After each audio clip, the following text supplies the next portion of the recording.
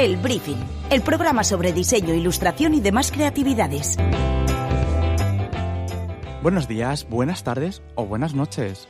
Bienvenidos al segundo capítulo del Briefing, el podcast con el que queremos poner voz al sector del diseño, la ilustración y demás creatividades. Yo soy Carlos Garzán y en el programa de hoy nos acompaña Ana Illueca. Tras varios años dedicada al sector de la publicidad, hubo un momento en el que decidió romper con todo y adentrarse en el mundo de la cerámica. Desde que cambiara la agencia por el torno, se ha convertido en una de las principales voces de la nueva generación de creadores de barro. Más tarde nos visitará Quique Correcher, con el que vamos a desgranar los resultados del primer estudio sobre economía del diseño en la Comunitat Valenciana. Pero a este cóctel todavía le falta un ingrediente. Nacho Padilla, encargado de poner orden en el diseño de la ciudad de Madrid, nos explica qué hace un director creativo en un ayuntamiento, en la palabra del día. La palabra del día.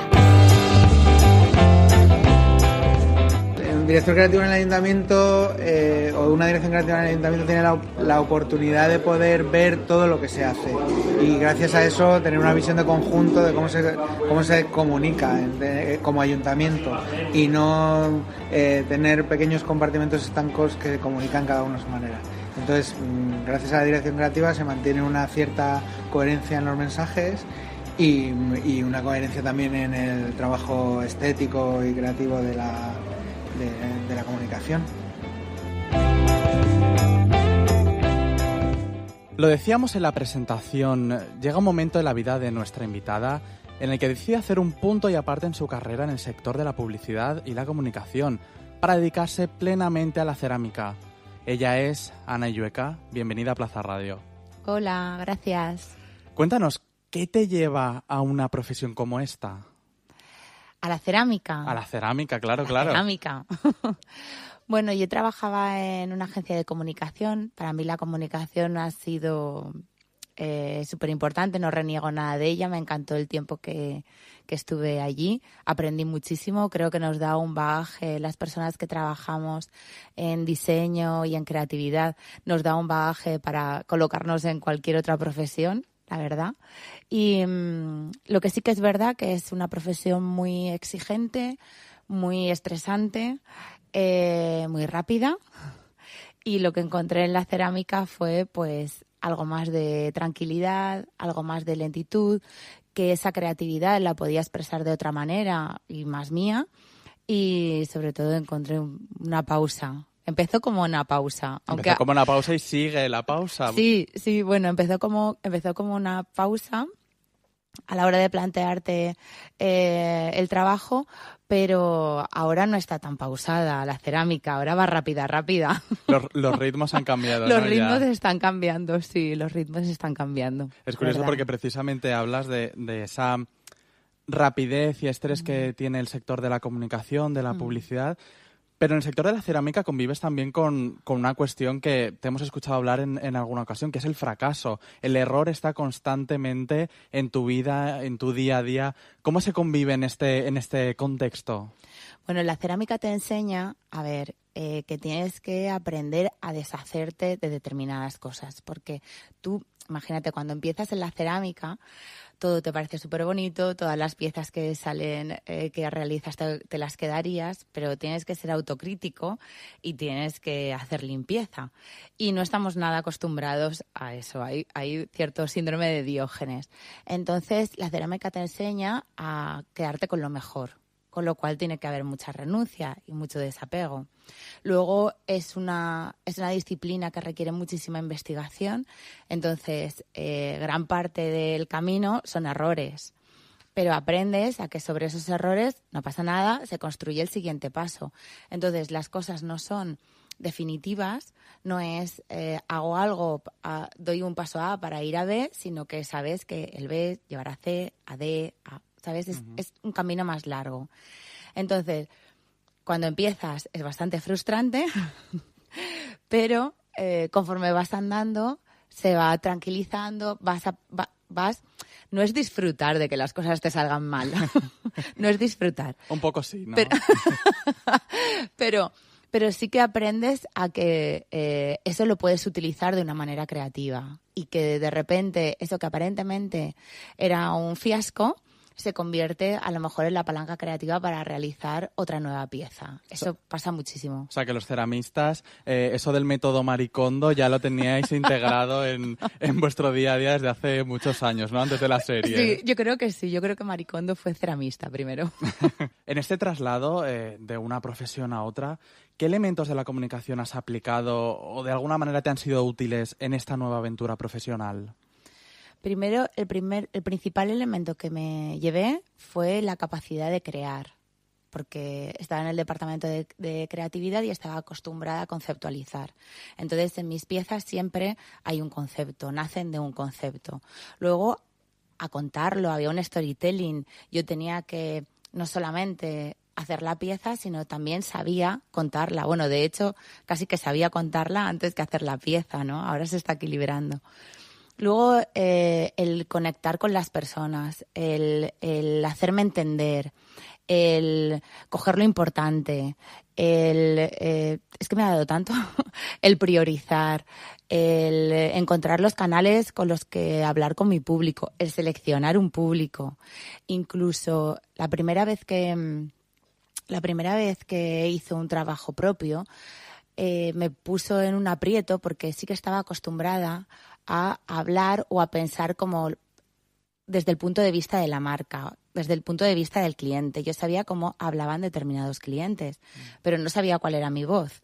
Entonces, a construir mi propia voz también fue una de las habilidades que tienes en comunicación, que no aplicas a ti mismo porque no lo necesitas, pero cuando te toca lo haces, y aunque es un poquito más duro, pero lo haces bien. O bueno, yo creo que conseguí una forma de hablar en la que yo me sentía muy a gusto.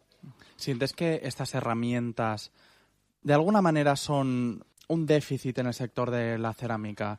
Si tú llegas con estas herramientas, pero tus compañeros de profesión, desde un punto de vista evidentemente general, no han sabido entender ese punto de marketing, de comunicación, de encontrar una voz propia. A ver, la mejor herramienta de marketing es tener un buen producto y tener una buena historia y tener una buena base. Esa es la mejor herramienta de marketing. Entonces, hay gente que lo está haciendo y que lo hace muy bien, y no creo que sea fundamental. No creo que la comunicación en el marketing sea fundamental.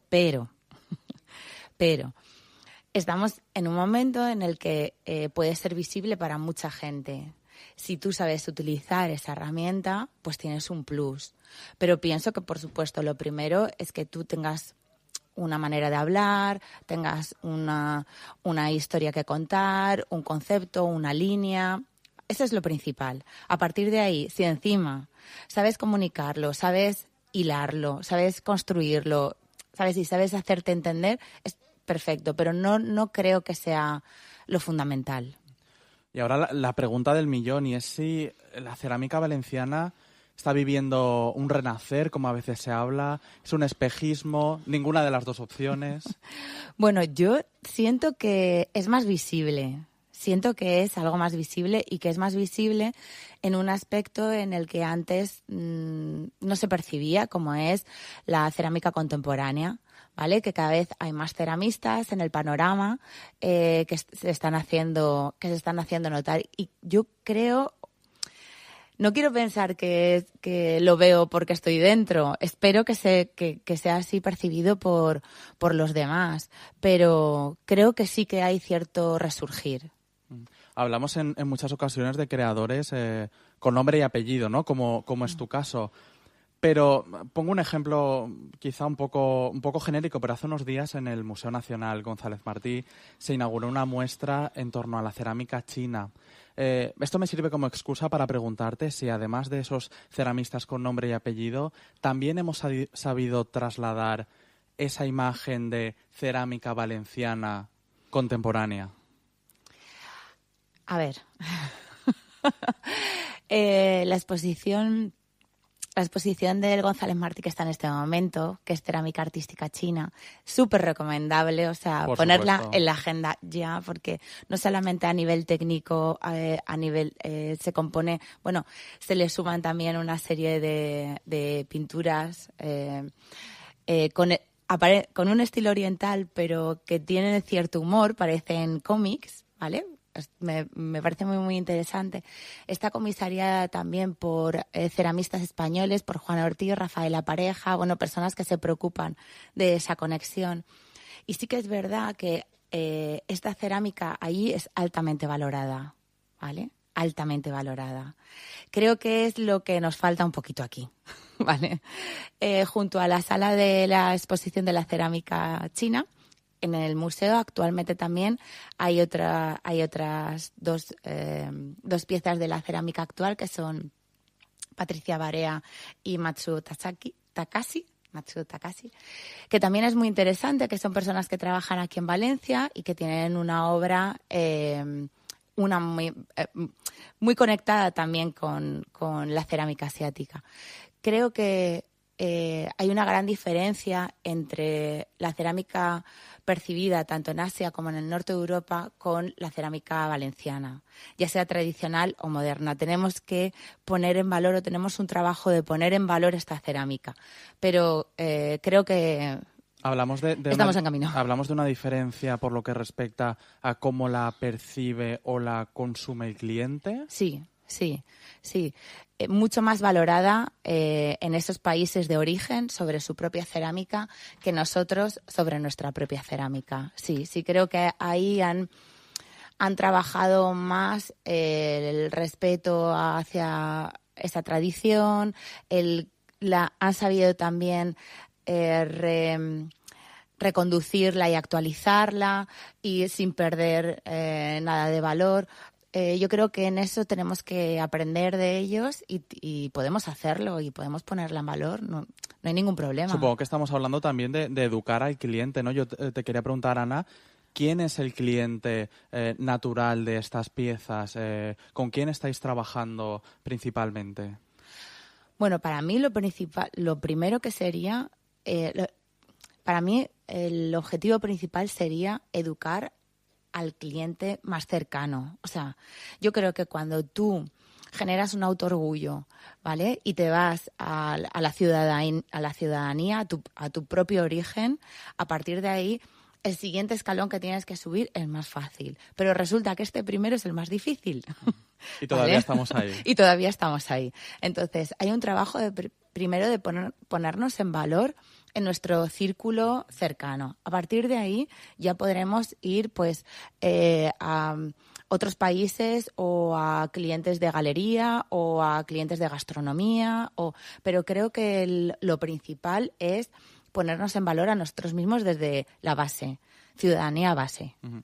Tampoco podemos olvidar que una de las relaciones naturales de la cerámica es con el sector de la gastronomía. En este caso y en tu caso ha sido de la mano, entre otros, de la chef Begoña Rodrigo.